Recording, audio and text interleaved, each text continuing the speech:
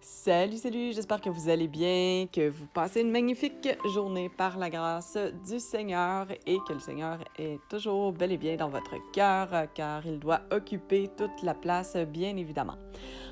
Aujourd'hui, non, la femme chrétienne n'a pas besoin de porter de voile. Donc, on va voir ça aujourd'hui parce que, honnêtement, au début de ma conversion, peut-être même avant, je ne sais plus trop, là, ça commence à faire longtemps. Ça fait pas 2 ans encore, mais pas loin. Euh, je me suis... En fait, j'ai fait une obsession sur cette histoire de voile. Est-ce que je devais porter un voile? Est-ce que je devais pas porter un voile? Et je peux vous garantir que j'ai été vraiment fatigante avec mon entourage à l'époque parce que j'obsédais là-dessus. Puis moi, quand que j'obsède sur quelque chose, il faut vraiment que j'aille jusqu'au bout des choses. Donc, je posais des questions à tout le monde. J'ai regardé presque entièrement à ce moment-là toutes les vidéos sur le sujet dans la francophonie sur YouTube. J'ai fait des recherches aussi sur Internet par rapport au voile. Puis j'étais tellement embêtée parce que je connaissais pas la parole à ce moment-là. Hein. J'avais pas, tu sais, j'avais lu un petit peu la Bible, mais vraiment pas assez. Là, c'est vraiment pas assez pour me faire une tête là-dessus. Fait qu'à chaque fois que les gens arrivaient avec des arguments, ben je trouvais que c'était cohérent dans certains cas. Pas dans tous les cas. Dans certains cas, on voyait que c'était de la misogynie complète, là, que c'est du machisme. Mais dans d'autres cas, c'était bien expliqué. Ben,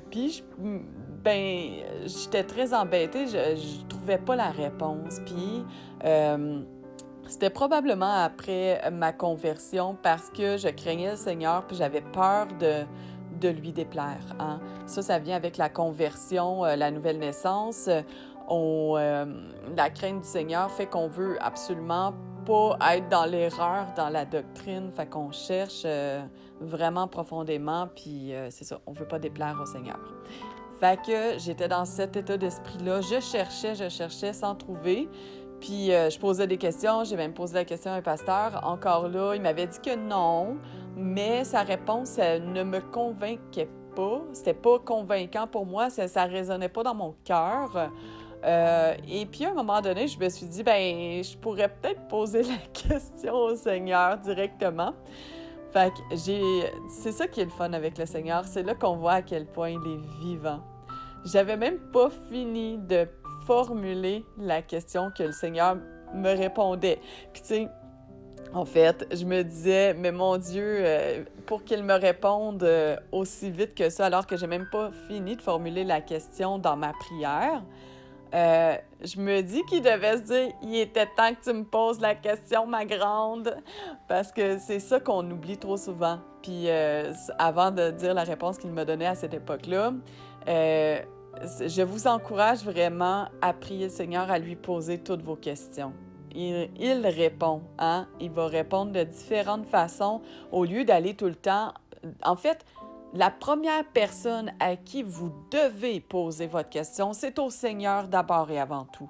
Ensuite, peut-être que le Seigneur va vous mettre à cœur de regarder tel enseignement biblique ou quand vous allez lire votre Bible, puis là, vous allez tomber sur votre réponse ou il y a quelqu'un qui va croiser votre chemin, puis ça va vous donner votre réponse que vous cherchiez. Mais d'abord et avant tout, avant d'aller vers les humains, hein, ça c'est la fâcheuse tendance qu'on a les humains, hein, d'aller vers un autre humain pour qu'il nous réponde parce qu'on pense qu'on n'est pas connecté à Dieu. Mais à partir du moment où on vit notre vie de prière, qu'on lit la parole, puis même encore là, parce qu'à l'époque, j'étais toute nouvelle, mais le Seigneur nous fait grâce quand on est nouveau. Hein? Du coup, priez le Seigneur d'abord et avant tout. Au lieu d'être dépendant des pasteurs pour qu'ils vous donnent vos réponses, des apôtres, des évangélistes, puis tout le kit, OK? Des curés et tout, OK?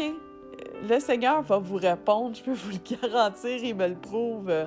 Des fois, il nous fait patienter. Moi, c'est ce qu'il a fait dans la dernière année, justement, avec toutes ces histoires autour de la femme. Je me suis beaucoup posé des questions autour de la femme. J'arrive à ma réponse là, dans pas long, là, ne vous inquiétez pas. Mais Et puis, il m'a fait patienter parce que j'ai prié pour devenir plus patiente, parce que ça fait partie des fruits de l'esprit, la patience. Et il ne m'a pas répondu tout à fait. Les réponses étaient ambiguës et récemment, là, dans la dernière semaine ou les 2 dernières semaines, j'ai eu tellement de réponses à mes questions que ça faisait 1 an que je me posais parce que, à travers, des fois, le silence du Seigneur, le Seigneur a son temps, mais il va nous répondre éventuellement. Ayez la foi qu'il va toujours finir par vous répondre à vos questions, tout le temps. Mais des fois, il travaille notre caractère à travers tout ça, puis c'est parfait comme ça. On bénit le Seigneur dans ce temps-là, et puis moi, c'est la fête depuis 2 semaines ou 1 semaine, là, j'ai plus de notion de temps, mais parce qu'il a répondu à tellement de questions, là, je suis aux petits oiseaux grâce à ça. Voilà. Bon, là, j'arrive enfin à la réponse qu'il m'a donnée en m'interrompant, en me laissant même pas poser ma question au complet. Le Seigneur m'a fait comprendre qu'il attendait de moi beaucoup plus d'humilité qu'une parure, que d'avoir un voile sur la tête. OK? Là, peut-être qu'il y en a qui se posent la question de pourquoi je parle du voile, comment ça se fait? Fait qu'on va aller directement dans la Bible, le passage qui m'a assez... Oups, là, ça, c'est le petit jouet de mon chat qui vient de partir. Je ne referai pas mon enregistrement pour ça. On va attendre qu'il se taise. Ça va long, OK. Donc, c'est ça. En fait, je vais vous lire le passage qui m'avait amené à me poser cette question-là, à obséder, en fait, sur la question. Là, on va aller dans 1 Corinthiens 11. Là, les versets, on va partir à partir du verset 1, puis à un moment donné, je vais m'arrêter à un certain verset. Là, je vous dirai lequel. Voilà. Donc, verset 1. « Or, je vous loue, frères, de ce qu'en toutes choses vous vous souvenez de moi et que ce que vous retenez de la Voyons, j'ai de la misère à lire. Un matin, j'aurais dû le dire avant. « Or, je vous loue, frères, de ce qu'en toutes choses vous vous souvenez de moi et de ce que vous retenez les traditions telles que je vous les ai transmises. Mais je veux que vous sachiez que le Mashiach, ou le Messie en français, ou le Christ, est la tête de tout homme, que l'homme est la tête de la femme, et qu'Élohim, donc Dieu en français, est la tête du Mashiach, donc du Christ. Tout homme qui prie ou qui prophétise ayant quelque chose sur la tête déshonore sa tête, mais toute femme qui prie ou qui prophétise la tête non couverte, dans la version de Louis II, je crois, c'est la tête non voilée, il me semble. Donc, d'où vient l'histoire du voile, là? Donc, la tête non couverte déshonore sa tête à elle, car c'est la même chose que si elle était rasée. Car si une femme n'est pas couverte, qu'on lui coupe aussi les cheveux. Or, s'il est honteux pour une femme d'avoir les cheveux coupés ou d'être rasée, qu'elle se voile. Bon, là, on a le mot voile. Car l'homme ne doit pas se couvrir la tête en effet, il est l'image et la gloire d'Élohim, de Dieu, finalement. Mais la femme est la gloire de l'homme, car l'homme ne vient pas de la femme, mais la femme vient de l'homme, car aussi l'homme n'a pas été créé à cause de la femme, mais la femme à cause de l'homme. C'est pourquoi la femme, à cause des anges, doit avoir sur la tête l'autorité. Toutefois, dans le Seigneur, l'homme n'est pas sans la femme, ni la femme sans l'homme. Car comme la femme vient de l'homme, de même aussi l'homme est par le moyen de la femme, mais toutes choses viennent d'Élohim. Donc, j'ai lu jusqu'au verset 12 inclusivement. Voilà, donc 1 Corinthiens 11, verset 1 à 12 inclusivement. Voilà le fameux passage qui m'avait assez perturbée. Mais là, il faut se remettre en contexte par rapport à ça. On est dans l'assemblée des Corinthiens, qui était une assemblée qui était très bénie au niveau de tous les dons spirituels. Ils bénéficiaient de tous les dons spirituels dans cette assemblée-là. Par contre, il y avait beaucoup de désordre. Ça, il faut le comprendre. Du désordre, entre autres, il y avait de l'inceste dans cette assemblée-là, puis personne ne disait rien. Il laissait faire alors que c'était comme un homme qui avait qui allait, de façon incestueuse avec la femme de son père. OK? Fait que là, il y avait un ordre à mettre là-dedans.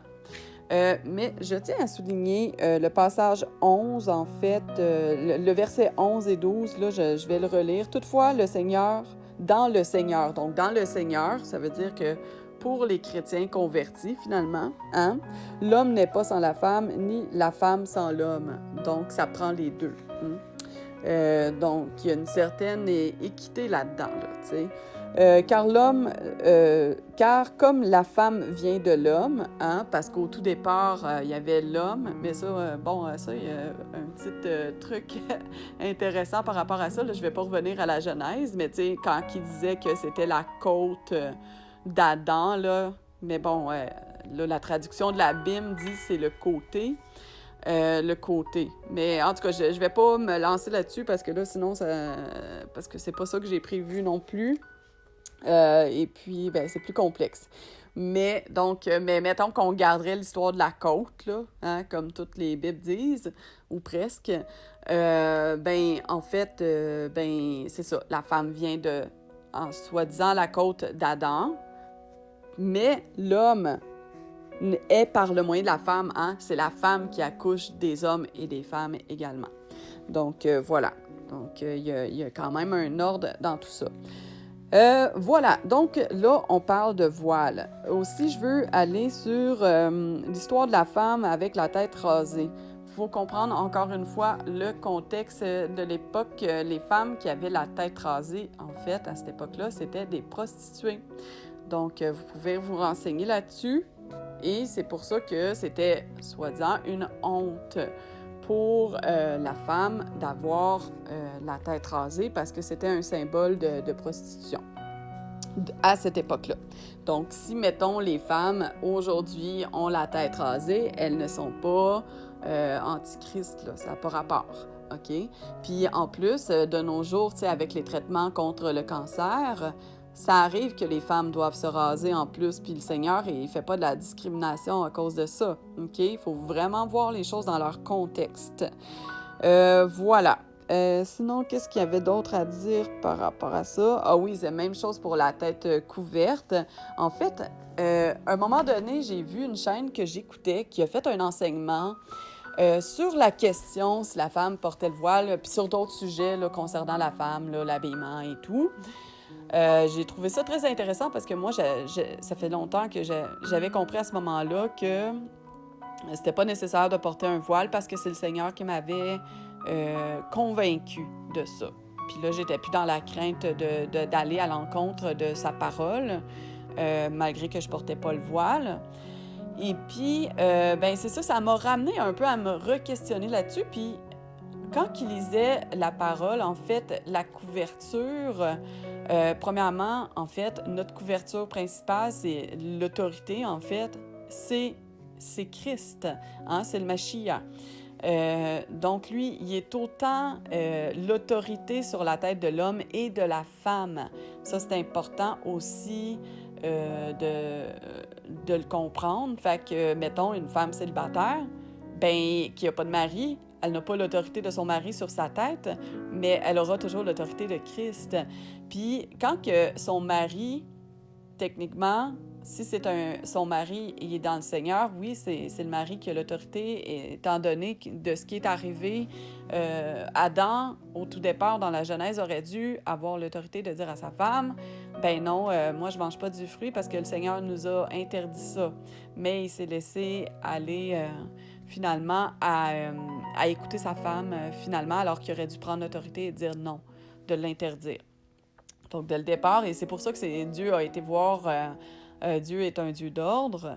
Il a été voir Adam en premier pour le chicaner en premier et non pas la femme, parce que c'est lui qui aurait dû maintenir l'ordre et l'autorité. Donc, c'est pour ça que le Seigneur a mis un ordre là-dedans, mais l'homme, le mari, doit absolument être dans le Seigneur pour avoir l'autorité à quelque part. Sinon, si le mari n'est pas nécessairement dans le Seigneur, ça peut être compliqué. Il n'y aura pas l'autorité parce qu'il ne sera pas sous l'autorité du Christ. Voilà. Ça, c'était une petite chose aussi qui m'avait marqué par rapport à la couverture.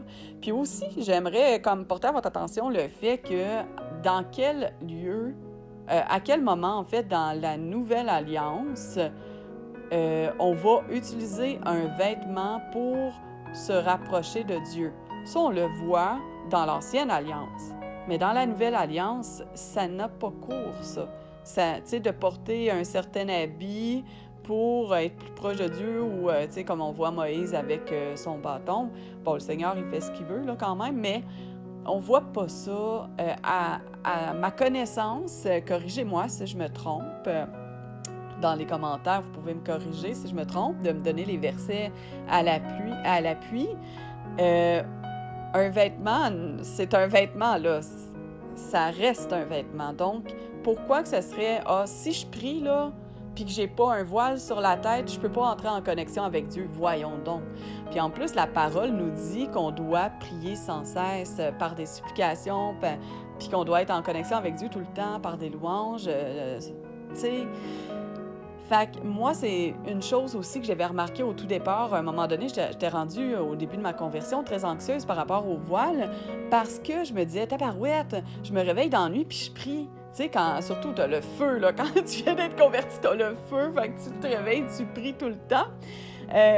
Puis là, j'avais pas mon voile sur la tête. Puis là, j'étais comme, j'ai pas mon voile. Parce qu'à un moment donné, j'y étais là, sur le voile parce que j'étais pas sûre. Puis par crainte, je l'avais mis, mon voile, à la maison. Là. Je l'avais pas porté à l'extérieur, par contre. Mais c'est ça.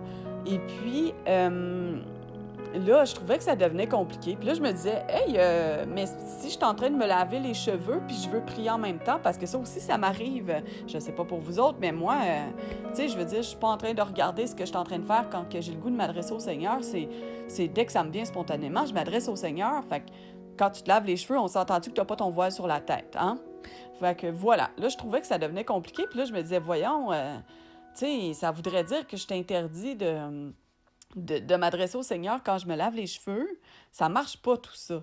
Tu sais, c'est des choses qui grinçaient dans ma tête puis qui me rendaient un peu stressée. Puis c'est pour ça que le simple fait que le Seigneur me dit qu'il attendait de moi de plus d'humilité que de porter un voile sur ma tête, ça a tout de suite, à cause de tout ça, j'ai tout de suite compris. Et je vais vous avouer sincèrement aussi que l'humilité, le Seigneur me corrigeait, en fait, en me disant, c'est de l'humilité que j'attends de toi.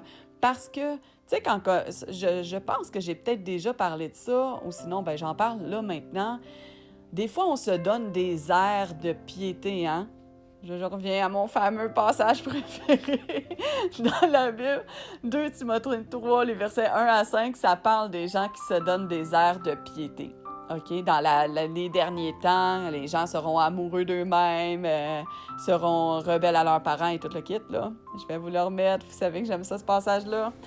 Mais c'est ça, se donner des airs de piété. Mais je voyais que je trouvais ça comme... je trouvais que ça devenait comme un standing, là, de porter le voile. Je me disais, ben oui, je me vois porter le voile, hein, ça va prouver au monde ma sainteté, tu sais.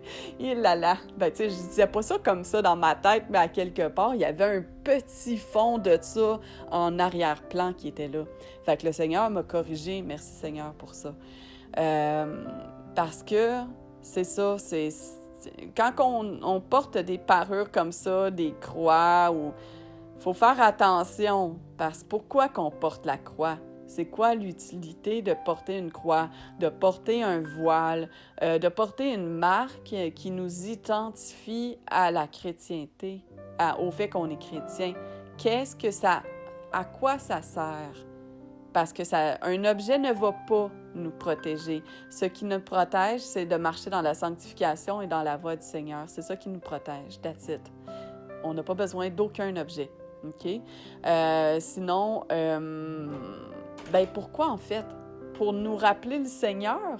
Vous avez vraiment besoin qu'un objet vous rappelle le Seigneur, vous? Moi, j'ai pas besoin, parce que encore aujourd'hui, je me réveille la nuit et dans mes rêves, je chante des louanges. Je me réveille la nuit, je chante des louanges, je prie. C'est tout le temps, ça. J'ai pas besoin d'un objet pour me rappeler du Seigneur. Le Seigneur, il est gravé dans mon cœur. Donc, j'ai pas besoin d'un objet. À quoi servent les objets? Donc ça, c'est la question que je vous pose. Ça sert à pas grand-chose, sauf à de l'idolâtrie dans certains cas. Ça sert à péter de la broue, comme on dit en bon québécois, donc nous montrer meilleur que d'autres. Ou ça sert à un gris-gris, comme si ça nous protégeait. That's it, that's all. À moins que vous ayez une autre utilité, encore là, écrivez-moi ça en commentaire, je suis curieuse, puis je suis pas là pour juger. Je veux comprendre. Parce que moi, l'analyse que j'ai faite de tout ça, si c'était moi qui avais apporté un objet, ça serait les 3 possibilités. Fait que voilà. Sur ces bonnes paroles, en fait, ne croyez pas ce que je vous dis. Priez le Seigneur. Comme je vous l'ai dit au tout départ, c'est la chose à faire si vous n'êtes pas convaincu que vous avez à porter un voile ou à ne pas porter le voile. Vous êtes libre de le faire ou de ne pas le faire. Priez le Seigneur parce que moi, je trouve que c'est contraignant personnellement, porter un voile, parce que comme je vous dis, comme je veux prier en tout temps, je ne l'ai pas tout le temps sur la tête, le voile. Donc, voilà. Là, je pense que ça disait dans une des certaines versions aussi, porter le voile dans les assemblées pour montrer qu'on a l'autorité de l'homme sur nous aussi. Bon, en tout cas. Là, ça revient quand même là-dedans. Là, j'avoue que j'ai pas couvert ce volet-là. J'avais une réponse à ça, mais là, ça me vient pas. Puis, je trouve que c'est suffisant ce que j'ai dit parce que de toute façon, la vraie réponse, c'est comprenez le contexte de quand est-ce que ça a été dit, dans quelle assemblée ça a été dit, pourquoi ça a été dit, et surtout, priez le Seigneur, tout simplement. Au lieu d'aller voir tel humain qui va dire telle affaire, tel autre humain qui dit telle affaire, moi qui suis une humaine, ben je dis telle affaire. OK? Ne croyez pas les humains. Allez avec le Seigneur. Votre relation avec le Seigneur, d'abord et avant tout, par la prière puis par la méditation quotidienne de la parole, c'est ce qui compte. C'est ce qui va vous éclairer. C'est ce qui va mettre le feu à l'intérieur de vous, de chercher la vérité à tout prix. Et d'avoir les réponses et de se sentir bien, de se sentir dans la joie, même malgré les épreuves qu'on peut traverser en tant que chrétien. Hein? Parce qu'en tant que chrétien, on porte notre croix et ça, c'est biblique. Voilà, sur ces bonnes paroles, que le Seigneur vous éclaire dans tous vos questionnements. Il est la première personne à consulter. Au nom de Yeshua, soyez bénis et à la prochaine. Bye bye!